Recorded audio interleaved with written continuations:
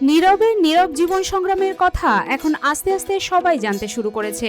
শারীরিক অক্ষমতাকে হার মানিয়ে শুয়ে শুয়ে লিখেই এই বছর সে এসএসসিতে জিপিএ 5 পেয়ে তাক লাগিয়ে দিয়েছে।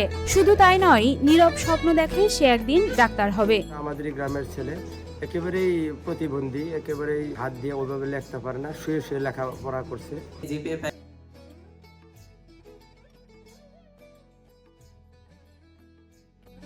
একদম ছোটবেলাতেই নীরবের বাবা তার ছেলের মেধার পরিচয় পেয়ে যান। ছোট সময় যখন আমি তাকে ক্লাস 1-এর বই নিয়ে দেই, সে অক্ষর জ্ঞান চিনে না, কিন্তু আমি তাকে বলে আস্তে আস্তে তার মা বলে এভাবে দেখা গেল যে কবি সাহিত্যিকদের মতো সে অন্ধ হাফেজের মতো সে বইগুলো মুখস্থ করতেছে।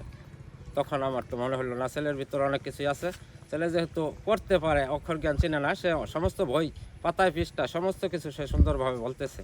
তখন আমি আস্তে আস্তে তাকে স্কুলে ভর্তি করার সিদ্ধান্ত নেই।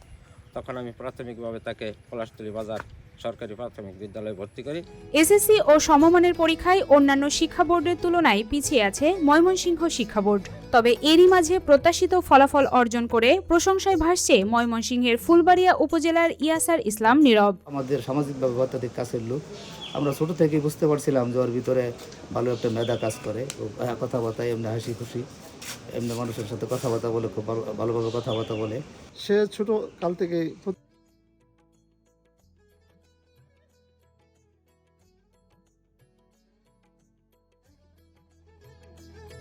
শারীরিক প্রতিবন্ধকতা থামাতে পারেনি ফুলবাড়িয়ার পলাশতলী গ্রামের ইয়াসার ইসলাম নীরবকে। যেখানে সুস্থ সবল অনেক শিক্ষার্থী পরীক্ষায় খারাপ ফলাফল এনেছে, সেখানে হাঁটাচলা করতে না পারলেও অদম্য ইচ্ছাশক্তি আর পড়াশোনার প্রতি আগ্রহে 2026 সালের এসএসসি পরীক্ষায় বিজ্ঞান বিভাগ থেকে নীরব জিপিএ 5 পেয়েছে।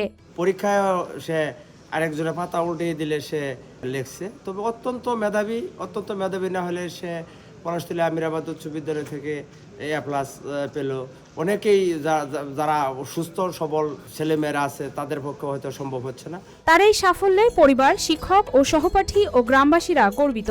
উপজেলার পলাশতলী আমিরাবাদ উচ্চ বিদ্যালয়ের বিজ্ঞান বিভাগের শিক্ষার্থী নীরব শারীরিক প্রতিকূলতাকে জয় করে কঠোর পরিশ্রম ও নিয়মিত অনুশীলন চালিয়ে অর্জন করেছে প্রত্যাশিত সাফল্য।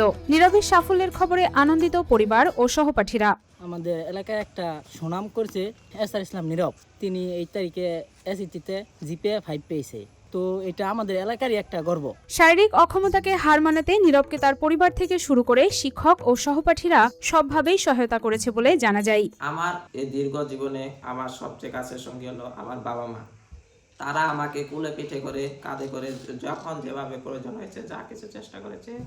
এখন আমার স্কুল জীবনে আমার ক্লাসমেট, আমার সহপাঠীরা সকলে আমাকে অনেক অনেক সাহায্য করেছে এবং আমার স্কুলের স্যার ম্যামরা আমাকে সর্বাত্মক চেষ্টা করেছে যেন আমি ভালো কিছু করতে পারি। নীরব এখন সবার কাছে এক অনুপ্রেরণার নাম। ছেলের এই সাফল্যে তার বাবা সিরাজুল ইসলাম খুশিতে আত্মহারা। তিনি তার ছেলের স্কুলের ভর্তির ঘটনার স্মৃতিচারণ করেন। তাকে আমি কোলে করে স্কুলে নিয়ে আসি। তখন আমাদের উপজেলার প্রাথমিক বিদ্যালয়ের সহকারী পরিদর্শক মোহাম্মদ ইকবাল হোসেন স্যার এসে আমার ছেলেকে দেখে উনি কয়েকটি প্রশ্ন করে। তখন আমার ছেলে তার সকল প্রশ্নের উত্তর দেয়। তখন আমার ইকবাল স্যার আমাকে বলল আমাদের যে ওনাকে অফিসে আসতে বলো। আমি তৎক্ষণাৎ অফিসে যাই। সে আমাকে একটা হুইল চেয়ার প্রদান করে আমার ছেলের প্রতিভা দেখে। তখন থেকে আমার আগ্রহটা আরও বৃদ্ধি পায়। নীরব অদম্য মেধা নিয়ে ভালো ফলাফল অর্জন করলেও পরিবারের অসচ্ছলতা তার পড়ালেখার পথে বাধা হবে কিনা তা ভেবে তার পিতার পাশাপাশি প্রতিবেশীরাও চিন্তিত। আর্থিকভাবে তারা একটু অসচ্ছল, মানে তাদের পড়া লেখাপড়া চালাই যাওয়ার মতো আর্থিক সক্ষমতা তার ফ্যামিলির নাই। আমরা আপনাদের মাধ্যমে সরকারের কাছে আহ্বান জানাবো, ও যেহেতু মেধাবী এবং ওর ইচ্ছা হইলে ভবিষ্যতে একজন ডাক্তার হয়ে মানুষকে সেবা দেবে। সে ধনী হওয়ার জন্য না, কারণ সে যেহেতু প্রতিবন্ধী, তার নিজের চাহিদা তো একটা নাই। সে মানুষকে সেবা দেওয়ার জন্য ভবিষ্যতে ভালো একজন চিকিৎসক হতে চায়। সেই চিকিৎসক হতে গেলে, সুশিক্ষায় শিক্ষিত হতে গেলে আমরা যেটুকু আর্থিক সাপোর্ট প্রয়োজন আমরা আশা করব আপনাদের মাধ্যমে সরকার যেন এই দিকে সুদৃষ্টি দেয়, এই কামনা করছি। আসলে আমার ছেলের অনেক ইচ্ছা আকাঙ্ক্ষা, সে বড় ডাক্তার হবে, কিন্তু আমার অতদূর আর্থিক অবস্থা নেই। তথাপি আমি মনে করব যদি আমাদের শিক্ষামন্ত্রী মহোদয়ের মাধ্যমে সরাসরি আমাদের দেশের প্রধানমন্ত্রী বা সরকার আমাদের ছেলেকে সহযোগিতা করে ডাক্তার হওয়ার স্বপ্নকে সাফল্যমণ্ডিত করে তোলে, তাহলে আমি অবশ্যই সরকারের কাছে ধন্য থাকব। নীরবের স্বপ্ন একদিন ডাক্তার হওয়ার, মানুষের সেবা করার। সে কি তার এই প্রতিবন্ধকতাকে পাশ কাটিয়ে তার স্বপ্ন পূরণ করতে পারবে? কথা বলে দেখছি যে উনি ডাক্তার হতে চায়, অর্থাৎ চিকিৎসক হতে চায়, মানুষের সেবা করতে চায়।